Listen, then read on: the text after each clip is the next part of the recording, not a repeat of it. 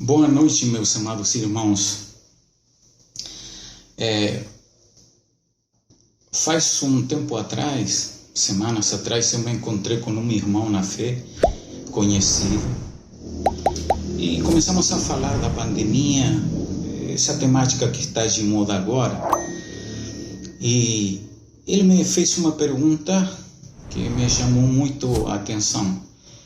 Ele me perguntou: Juan, isto que estamos vivendo é um castigo de Deus ou é uma provação?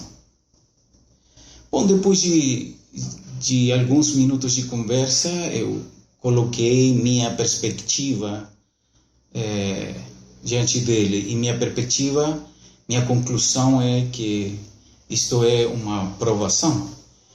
Outras pessoas talvez podem chamar com outros nomes, outros vão falar da soberania de Deus, outros vão falar que Deus sabia, mas que ele não queria, que foi invenção do homem, vontade permissiva, vontade diretiva. Mas eu quero colocar para vocês hoje o planteamento que eu fiz para esse irmão, e quero basear essa perspectiva na palavra do Senhor. Por isso quero que nesta noite os irmãos me acompanhem na leitura ali na primeira carta de Pedro, do apóstolo Pedro, primeira carta de Pedro, capítulo 1, versículos 6 e 7. Ali quero tirar algumas coisas importantes, e em outros versículos também que nos vão ajudar, que falam também da aprovação, que quero compartilhar com vocês. Diz assim, nessa versão atualizada, diz: alegrem-se por isso, se bem que agora é possível que vocês fiquem tristes por algum tempo, por causa dos muitos tipos de provações que vocês estão sofrendo.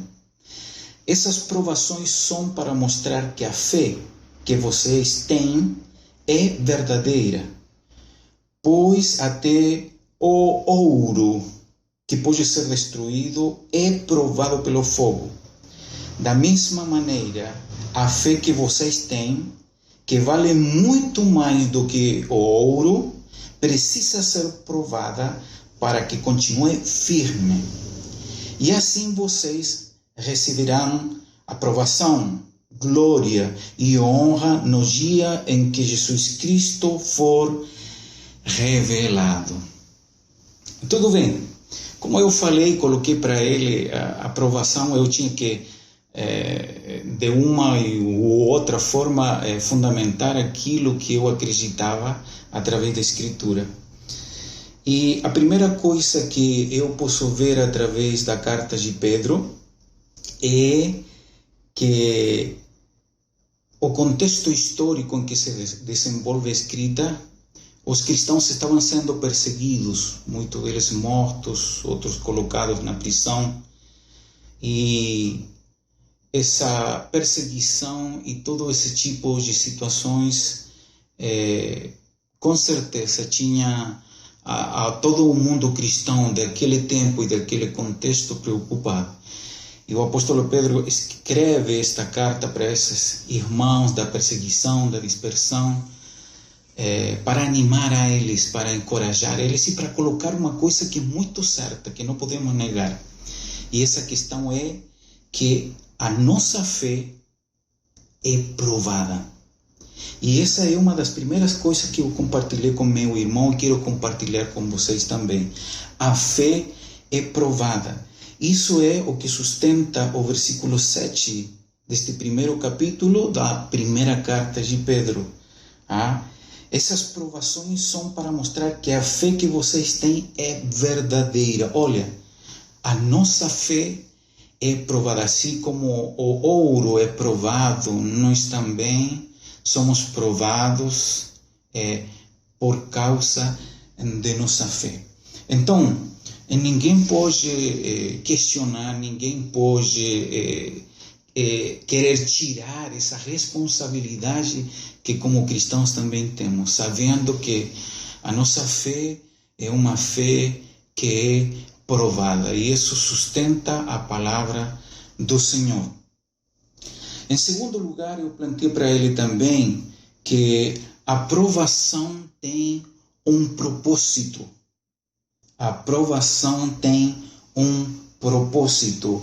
E os mesmos versículos que acabamos de ler diz que o objetivo, o propósito de provar essa fé é para saber se ela é uma fé firme, se é uma fé verdadeira. Hoje vivimos em um mundo em que, digamos assim, não existem tantas convicções, não existem coisas que são tão verdadeiras, tão firmes. E a ideia das provações, segundo o contexto bíblico, é para saber se nossa fé é uma fé que está bem baseada, que é firme, que não é fraca, que não esmorece por qualquer coisa, e se também é verdadeira, sincera, porque hoje vemos que muitas pessoas têm fé, mas uma fé movida por interesses próprios, por desejos pessoais, por desejos individuais, esquecendo que a nossa fé deve estar fundamentada em Cristo para poder fazer a sua vontade e cumprir os propósitos de nosso Senhor. Então, a fé é provada, e é provada por quê e para quê? É provada porque tem um propósito, e esse propósito é saber se ela é firme e se ela é verdadeira. O livro de Romanos, capítulo 5, versículos 3 até o versículo 5 diz: e não somente isto, mas também nos gloriamos nas tribulações, outras versões dizem provações, sabendo que a tribulação produz a paciência experiência, a experiência esperança, e a esperança não traz confusão, porquanto o amor de Deus está derramado em nossos corações pelo Espírito Santo que nos foi dado. Tiago capítulo 1, versículo 3 e versículo 4 também diz: sabendo que a prova da vossa fé opera a paciência. Tenha, porém, a paciência em sua obra perfeita, para que sejais perfeitos e completos, sem faltar em coisa alguma. Olha, elas falam então de paciência, falam de experiência, falam um sinfim de características que são próprias do ser humano. Então, além do propósito de saber se realmente nossa fé é firme e verdadeira, o segundo propósito é formar nosso caráter. Quando passamos por provações, nosso caráter é formado para saber se realmente temos paciência, para saber se realmente confiamos. Eu tenho pregado muitas vezes e tenho falado o seguinte: às vezes é fácil ensinar, pregar, sinalar para outros que devemos confiar em Deus, mas na verdade é que realmente essa confiança vai ser provada quando nós sintamos em carne própria, passemos realmente pela dificuldade. Ali vamos saber se realmente confiamos. É uma questão de teoria e prática. A teoria às vezes é fácil de sustentar, mas na prática realmente vemos quem é verdadeiro, quem tem uma fé verdadeira, firme, e quem realmente tem caráter para poder suportar aquela tribulação, aquela provação que se está vivendo. Então, a ideia, o propósito da provação é formar também nosso caráter. E outra coisa interessante que o livro de Tiago, os versículos que acabo de ler, diz que a ideia da formação do caráter, a ideia de provar a nossa fé, é para que sejamos perfeitos e completos. Alguém pode falar assim: mas pastor, ou o irmão Juan, perfeitos? Como isso? Se pelo fato de ser humano, de ser pessoa, já somos imperfeitos, nunca vamos alcançar a perfeição, vamos caminho à perfeição. A perfeição se vive na presença do Senhor. E eu vou falar amém, é verdade. Mas fazendo um estudo, digamos assim, desde o contexto grego, esta palavra perfeito não significa perfeição total, assim, ao nível de não ter pecado, de não fazer nenhuma coisa errada. Na verdade, esta palavra perfeito vem do grego teleios, e o teleios nos dá uma ideia de maturidade. Olha que interessante, nos diz que a prova que deve produzir em nós uma paciência, uma confiança, características próprias de um caráter equilibrado, de uma pessoa que tem domínio próprio, é com o fim de que alcancemos maturidade. Olha que interessante. Então, outro propósito, o terceiro propósito, poderíamos dizer, da aprovação, é aperfeiçoar nossa vida, fazer da nossa vida uma vida melhor, alcançar maturidade. Então, a aprovação tem um propósito. E, em último lugar, eu compartilhei com eles também, e ao mesmo tempo compartilho agora com vocês, que a aprovação, segundo a Bíblia, tem uma recompensa. A aprovação tem uma recompensa. E os versículos que acabamos de ler, 1 de Pedro, capítulo 1, versículo 7, na sua parte final, diz o apóstolo que assim vocês receberão aprovação, glória e honra no dia em que Jesus Cristo for revelado. No dia que Cristo for revelado para todo o mundo, seremos reconhecidos. Jesus Cristo virá a buscar a sua igreja e nós nos encontraremos com Ele e seremos dele para sempre, e Ele será para nós para sempre. Então, a aprovação tem uma recompensa, e essa recompensa é, mesmo em nossa caminhada sendo imperfeitos, mas amando ao Senhor, querendo e nos esforçando todos os dias por alcançar essa maturidade, por ser melhores, o Senhor vai reconhecer todo, digamos, esse estilo de vida, todas essas características que nós desenvolvemos em nossa vida cristã, em busca de melhorar, em busca dessa perfeição, dessa maturidade que viveremos completamente na presença do Senhor. Então, a recompensa será ser recebidos pelo Senhor e ser reconhecidos. Bom servo e fiel.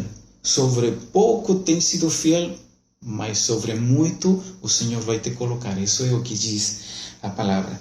E dentro desse mesmo ponto de aprovação tem uma recompensa.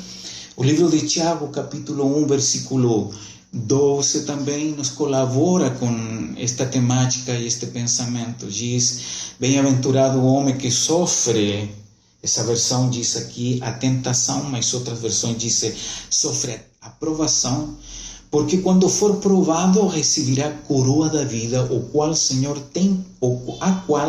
o Senhor tem prometido aos que o amam. Olha, a coroa da vida. Este versículo não fala especificamente de uma coroa, ainda que em outros versículos da Bíblia diz que nós obteremos um galardão. Alguns falam de coroa, e inclusive que essa coroa vai ter mais ou menos pérola. Ok, podemos até questionar essa situação, mas que vamos a ter um galardão, e esse galardão é ser recebidos, aprovados pelo Senhor, reconhecidos como homens que sofreram, mas como homens também que procuraram alcançar essa perfeição, essa maturidade, e por fim vamos a entrar na vida eterna, na glória do Senhor para sempre. Agora, é verdade que essa vida eterna não se merece por ter mais fé ou menos fé, ou por fazer mais coisas dentro da fé, por ser mais ou menos provado. Não se trata disso, porque sabemos que a salvação, a vida eterna, não é pelas obras. Então, entendemos que a coroa de vida, o galardão, a recompensa que nós recebemos, a vida eterna, forma parte da vida cristã, forma parte das bênçãos, da recompensa, do galardão que o Senhor tem para nossas vidas. Então, irmãos, não esqueçamos nunca que a fé, nossa fé, é provada, que a aprovação tem propósitos, e esses propósitos é saber se nossa fé é firme, é verdadeira. Outro propósito é formar nosso caráter. Outro propósito é aperfeiçoar nossa vida, alcançar maturidade. E por último, nunca esqueçamos também que se sofrimos aqui, como disse o apóstolo Paulo, reinaremos também na presença do Senhor. Isso quer dizer que a aprovação também tem uma recompensa, um galardão, um prêmio. E isso é ser reconhecidos e aprovados por Deus e ter o gozo, a bênção, o privilégio de ser chamados filhos de Deus e entrar no gozo eterno, na vida eterna. Que esta palavra venha nos animar nesta noite e que nunca esqueçamos que a palavra do Senhor nunca susteve que nossa vida seria só uma vida de alegrias. No mundo tereis aflições, mas também é verdade e sustenta a palavra que o Senhor sempre estaria com aqueles que são seus. Por isso agradecemos ao Senhor, porque mesmo na tribulação, mesmo na provação, alguns irmãos perderam o emprego, outros passaram pela doença, outros estão tendo diferentes tipos de problema, mas se eles se tomam desta palavra, tem paciência, confia no Senhor, essa provação e essa tribulação que estamos passando, o Senhor vai recompensar. E você e eu sabemos muito bem que o Senhor recompensa, e recompensa muito bem, porque Ele nos ama e porque Ele quer o melhor para nossas vidas. Boa noite, que o Senhor nos abençoe.